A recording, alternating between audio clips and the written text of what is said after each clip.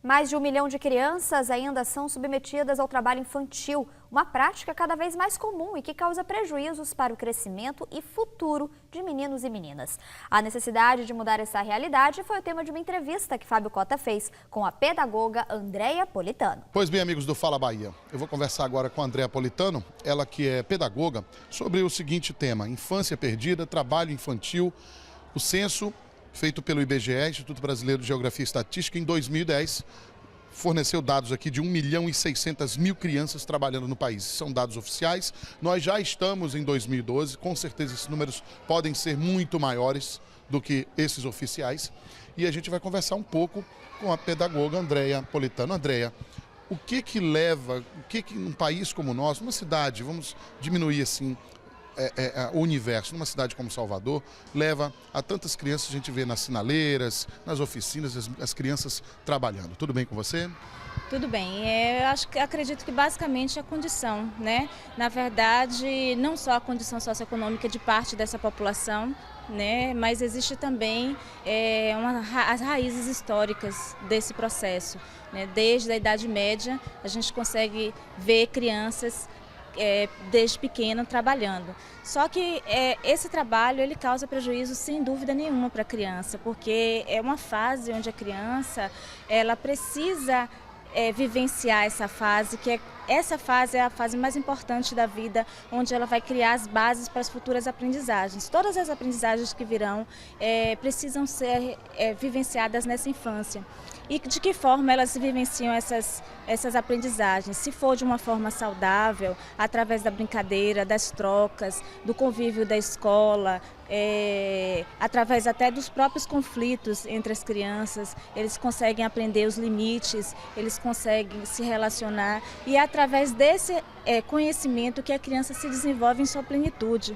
E tanto no aspecto físico, como no emocional, no psicossocial. Então a criança que é negada dessa fase, deste momento, dessa vivência, com certeza acarreta nessa criança prejuízos, porque além da vulnerabilidade das ruas que ela está vivenciando, ela está perdendo uma fase importante, uma fase em que ela não vai se desenvolver em sua plenitude. Que tipo de problemas essa criança pode ter depois que ela se transformar numa adulta? Sem dúvida nenhuma, né? Primeiro que ela vai perder a fase que não volta mais atrás, né? E uma fase que é importante. E depois porque provavelmente essa criança sai da escola, essa criança não consegue vivenciar as duas coisas. Então acontece a repetência, a evasão escolar, o fracasso escolar. E aí, futuramente uma criança que não vivenciou as etapas, queimou essa etapa e saiu da escola muito cedo, ela também não tem como se estabelecer no mercado de trabalho. Então cria um ciclo vicioso em que a população que não foi instruída, que trabalhou muito cedo, volta, né, a ser um adulto também sem a condição de empregabilidade.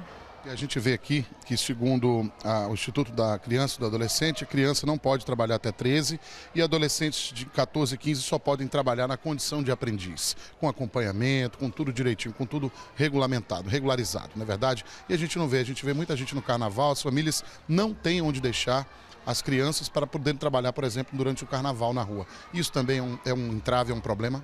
Sem dúvida nenhuma. As crianças pequenas a gente já consegue ver de uma forma ou de outra que a sociedade já vem se mobilizando, porque não é só o governo, eu acho que toda uma população precisa também se mobilizar para essa situação, porque nós vivenciamos no dia a dia o reflexo dessa situação. Mas, sem dúvida nenhuma, que os dados estão caindo, mas ainda são preocupantes, são alarmantes. E as crianças maiores terminam também por serem empurradas lá mais tarde, com 16 anos, para o mercado de trabalho, porque o pai acha que já está grande o suficiente, que já é preciso trabalhar para complementar a renda familiar. Então, termina virando um ciclo mesmo, né, e preocupante. Bom, então não é só, como você falou, de políticas públicas do governo, a sociedade, cada um de nós tem que fazer a sua parte? Temos, sem dúvida nenhuma. Todos nós temos a nossa parcela, nós temos que estar em comunhão mesmo para pressionar e para verificar isso que está acontecendo na sociedade, dando a nossa parcela de contribuição para que realmente isso, porque não é um problema individual, não é um problema da criança que trabalha pura e simplesmente. Nós, de alguma forma, também temos parcela, reflexo de tudo isso que acontece. Pois é, então o ideal, como tudo na vida, é buscar um equilíbrio e tentar fazer com que seu filho, o seu irmão mais jovem, estude, não queime todas as etapas, passe todas as etapas da vida até que ele se forme num profissional que consiga aí sim se transformar numa pessoa de bem, num excelente trabalhador. André, muito obrigado pelas dicas aí, viu? Conversaremos em outras oportunidades. Vamos de volta para os estúdios da TV Salvador. Esse é o Fala Bahia. Eleições 2012, veja agora a agenda dos candidatos para amanhã.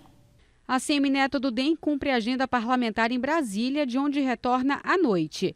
Hamilton Assis, do PSOL, acompanha pela manhã a candidata a vice-prefeita Anise Santos a uma entrevista em uma rádio. À tarde, grava programa eleitoral e à noite apresenta sua candidatura em uma atividade promovida pela Central das Entidades do Rio Vermelho.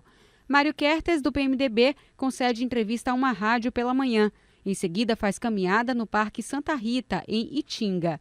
À tarde, faz mais uma caminhada em Saramandaia e em seguida no Trobogi. Nelson Pellegrino, do PT, grava programa eleitoral pela manhã. À tarde, concede entrevista a um site e, em seguida, grava programa eleitoral para a TV. Ainda pela tarde, o candidato faz caminhada em Mirante de Periperi. Até o fechamento desta edição, os candidatos Rogério da Luz, do PRTB, e Márcio Marinho, do PRB, não tinham divulgado suas agendas de campanha. E no próximo bloco tem um alerta importante para você que circula próximo à rodoviária e ainda os lances do futebol. A gente volta já.